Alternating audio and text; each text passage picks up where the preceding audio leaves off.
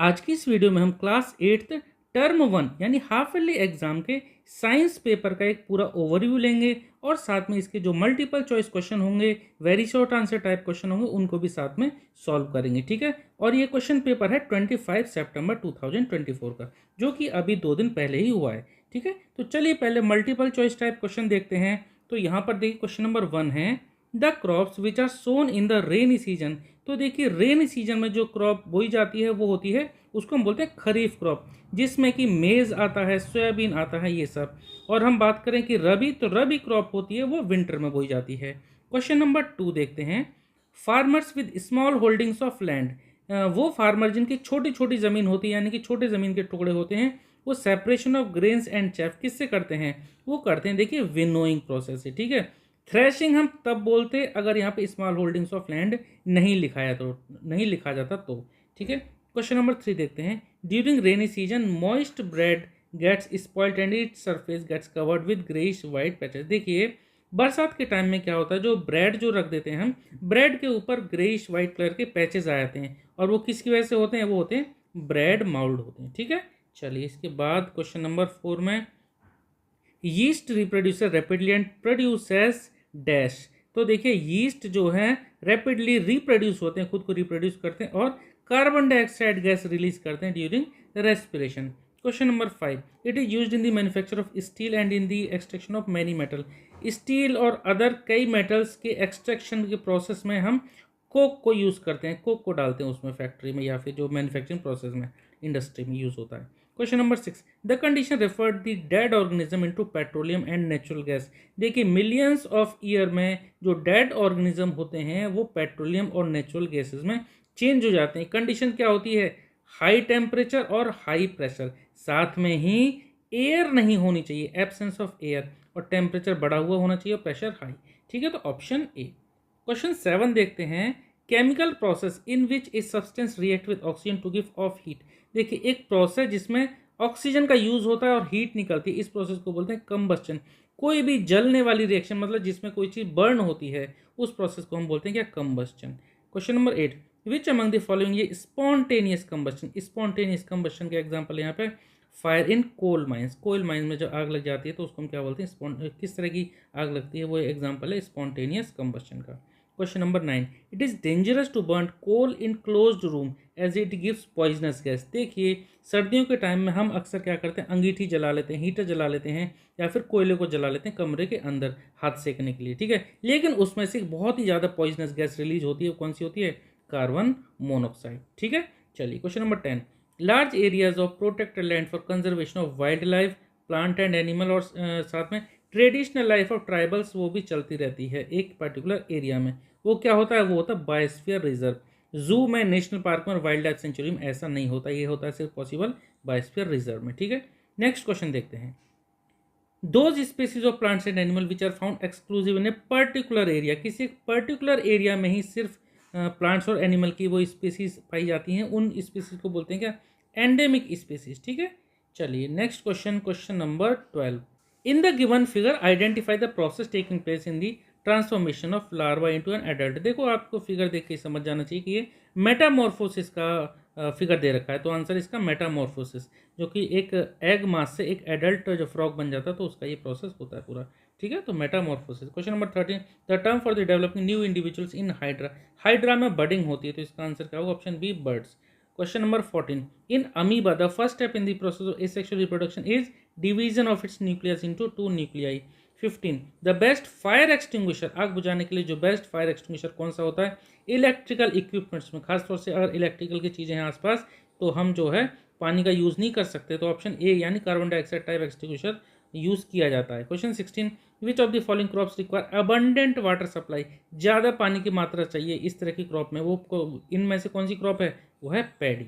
ठीक है, धान की फसल जो होती है ना, उसमें ज़्यादा पानी की जरूरत पड़ती है। 17 vaccination is not required for the disease. देखिए हेपेटाइटिस ए, टाइफाइड, पोलियो, इन सब में वैक्सीनेशन की जरूरत पड़ती है, लेकिन मलेरिया में वैक्सीनेशन की जरूरत नहीं पड़ती है। क्वेश्चन नंबर 18 देखते हैं, यहाँ पे देखो असर्शन और रीजन है वाइविपेरस एनिमल वो होते हैं जो कि डायरेक्ट यंग वंश को बर्थ देते हैं, कि जैसे कि गाय है, भैंस है, गोट है, ह्यूमन है, ये सब क्या है? Viviparous animal. Reason in viviparous animal the development of embryo takes place outside the female body. नहीं, आउटसाइड दी फीमेल बॉडी नहीं होती, ठीक है। तो ये रीज़न गलत है और ये असर्शन करेक्ट है, तो इसका मतलब कि A is true but R is false. 19 देखते हैं, natural gas is a very important fossil fuel, ठीक है, हाँ जरूरी है। Natural gas easy to transport through pipes, ठीक है, पाइप्स के थ्रू ट्रांसपोर्ट करना आसान है।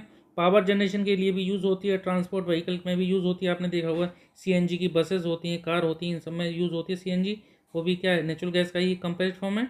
इनको हम डायरेक्टली सप्लाइड कर सकते हैं होम्स में, घरों में पाइपलाइन के थ्रू। तो ये सब यानी कि रीज़न ठीक है और असर्शन भी ठीक है, यानी both A and R true, ठीक है। लास्ट एमसीक्यू है, असर्शन है micro organism are classified into 4 major group, बिल्कुल ठीक है, bacteria, fungi, protozoa and some algae, ये ठीक है, ठीक है। Reason, micro organisms can only be observe with the help of a microscope, ये भी ठीक है, माइक्रो ऑर्गेनिज्म को सिर्फ माइक्रोस्कोप की हेल्प से ही हम देख सकते हैं, ठीक है। तो both A and R correct, यानी ट्रू, ऑप्शन ए। इसके बाद देखिए स्टार्ट होते हैं यहाँ से very short answer type question. इनको आप एक एक करके सभी देख लीजिए, क्योंकि आपके एग्जाम्स में भी इस तरह के क्वेश्चंस पूछे जा सकते हैं। ये एक तरह से आप समझ लीजिए कि सभी इंपॉर्टेंट क्वेश्चन है, ठीक है। जैसे क्वेश्चन नंबर 22 में पूछा, name two modern method of irrigation which used in region where availability of water is poor, जहाँ पानी कम होता है वहाँ पे कौन कौन से दो मेथड, मॉडर्न मेथड्स जो इरिगेशन के यूज़ होते हैं। जैसे कि एक तो होता है ड्रिप इरिगेशन और दूसरा भी आपकी बुक में दे रखा है, आप देख लेना। उसके बाद वाटर प्रिजर्वेटिव, इग्निशन टेम्परेचर, ऐसा टेम्परेचर जिसपे एक कोई फ्यूल जलना स्टार्ट हो जाता है, the temperature at which a fuel starts to burn. उसके बाद देखो आप यहाँ से दूसरे क्वेश्चन को देख सकते हो, वाई शुड पेपर भी सेव, पेपर को सेव करेंगे तभी तो हम पेड़ पौधों को बचा पाएंगे, क्योंकि पेड़ पौधों से ही पेपर बनता है। उसके बाद ये जो कैलोरीफिक एनर्जी पे बेस्ड क्वेश्चन है, फिर एक्सटर्नल फर्टिलाइजेशन, ये सभी आपके एनसीईआरटी बुक में दे रखे हैं, मतलब कि इनका जो एक्सप्लेनेशन दे रखा है अच्छी तरह से। उसके बाद नीट लेवल डायग्राम बनाना है आपको, difference zones of candle flame, ये तो बहुत बार एग्जाम में आता ही आता है। उसके बाद difference between male and female reproductive system in humans, ये आपके बुक में बहुत अच्छे से एक्सप्लेन कर रखा है। उसके बाद आप दूसरे क्वेश्चन यहाँ से देखते चलिए, ठीक है। आंसर आपको, अगर कोई आंसर अगर आपको ऐसा लगे कि इसका आंसर आप नहीं दे सकते तो आप मुझे बताना, मैं उसका एक्सप्लेनेशन के सहित आंसर प्रोवाइड आपको कर दूंगा, ठीक है। उसके बाद देखिए क्वेश्चन नंबर 38 एक न्यूमेरिकल दे रखा है, ठीक है। आप यहाँ से क्वेश्चन इसको सॉल्व कर सकते हैं। जैसे यहाँ पूछा है define calorific value, calorific value को आपको डिफाइन करना है। यूनिट ऑफ कैलोरीफिक वैल्यू, देखो यहीं से आप इसका आंसर दे सकते हैं, किलो जूल पर केजी, ये इसकी यानी कि क्वेश्चन बी का ये सेकंड पार्ट का आंसर है, क्या, किलो जूल पर केजी, ठीक है। उसके बाद ये थर्ड का आंसर, ये सी का भी आंसर आप दे सकते हो। उसके बाद देखो ये लास्ट में केस स्टडी, ये बहुत ही आसान क्वेश्चन होते हैं। बच्चे क्या करते हैं, स्टार्टिंग में ज़्यादा टाइम लगा देते हैं, लास्ट के पार्ट के लिए टाइम कम बचता है, जबकि होता बड़ा आसान है। ये लिखने में ज़्यादा लंबा क्वेश्चन होता है, होता बड़ा आसान है। आपको ये सिर्फ क्या पढ़ना है, ये पढ़ना है। उसके बाद इनके आंसर आपको यहाँ से देने होते हैं। 3 आंसर हैं, इन तीनों के आंसर आप जो केस स्टडी पढ़ के आंसर दे सकते हैं।